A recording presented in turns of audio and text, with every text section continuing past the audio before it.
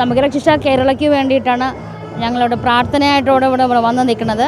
അമ്മയുടെ കണക്ഷൻ ലഭിക്കാൻ വേണ്ടിയിട്ട് സുപ്രീം കോടതി വിധി വന്നിട്ട് ഏറെ നാളായി. അതിൻ്റെ വിധി നടപ്പിലാക്കാൻ വേണ്ടിയിട്ട് നമ്മൾ അമ്മയ്ക്ക് പൊങ്കാല ചെയ്ത് സർക്കാരിൻ്റെ മനോഭാവം ഒന്ന് മാറിക്കിട്ടാൻ വേണ്ടിയിട്ട് ഒരു പ്രതിഷേധ പൊങ്കാലയായിട്ടാണ് ഞങ്ങൾ ഈ വർഷം ഇവിടെ സെക്രട്ടേറിയറ്റിൻ്റെ മുന്നിൽ അമ്മയ്ക്ക് വേണ്ടിയിട്ട് പൊങ്കാല അർപ്പിക്കുന്നത്.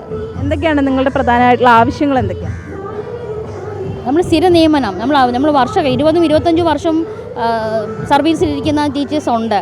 അപ്പോൾ അവരുടെ ആഗ്രഹം എന്ന് പറഞ്ഞാൽ ഒരു പെൻഷൻ പറ്റിയാൽ പെൻഷനെങ്കിലും ലഭിക്കണം. അപ്പോൾ അതിനായിട്ടൊരു സ്ഥിര നിയമനം കിട്ടിയാലേ നമുക്ക് പെൻഷൻ അനുവദിക്കാൻ പറ്റുള്ളൂ. അപ്പോൾ അത്തരത്തിലൊരു സ്ഥിര നിയമനം സുപ്രീം കോടതി വിധി നടപ്പിലാക്കി തരണം എന്നുള്ളൊരു അപേക്ഷയാണ്. അതോടൊപ്പം തന്നെ ഞങ്ങൾക്ക് 10 വർഷമായി കേരളത്തിൽ ഒരു സ്പെഷ്യൽ എഡ്യൂക്കേറ്റേഴ്സിനും ശമ്പള വർധന ഉണ്ടായിട്ടില്ല.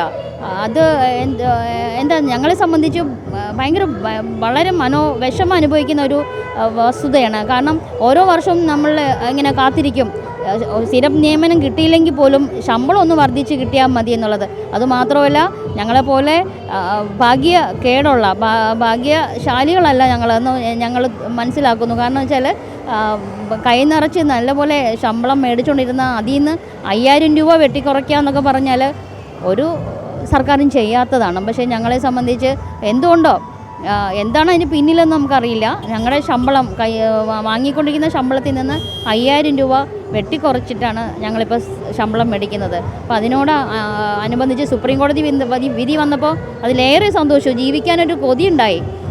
പിന്നെ നമുക്ക് സ്ഥിര നിയമനം ഉണ്ടാവുമല്ലോ, നമുക്ക് സാധാരണ ടീച്ചർമാരെ പോലെ ഞങ്ങൾക്ക് ശമ്പളം ഞങ്ങൾക്ക് മേടിക്കാൻ പറ്റുമല്ലോ എന്നുള്ളത്. അപ്പോൾ ഞങ്ങൾ BEd കൂടാതെ തന്നെ സ്പെഷ്യൽ BEd എടുത്ത ആൾക്കാരാണ് ഞങ്ങൾ ഉള്ളത്. അപ്പോൾ ഭിന്നശേഷി കുട്ടികളെ സംബന്ധിച്ച് അവരെ ഒരു സെഗ്രിഗേറ്റ് ചെയ്തിരുന്ന ഒരു കാലഘട്ടം ഉണ്ടായിരുന്നു. അപ്പോൾ ഇൻക്ലൂഷൻ്റെ ഭാഗമായിട്ട് ഞങ്ങളെ ജനറൽ അധ്യാപകരെ പോലെ ജനറൽ സ്കൂളിൽ സേവനം നടപ്പിലാക്കാൻ വേണ്ടിയിട്ട് ഞങ്ങൾ സന്തോഷത്തോടെ വന്നതാണ്. ഓരോ വർഷവും കാലാകാലങ്ങളായിട്ട് ഞങ്ങൾ ആഗ്രഹിക്കുന്നതാണ് ഞങ്ങൾക്കൊരു സ്ഥിര നിയമനം വേണം എന്നുള്ളത്.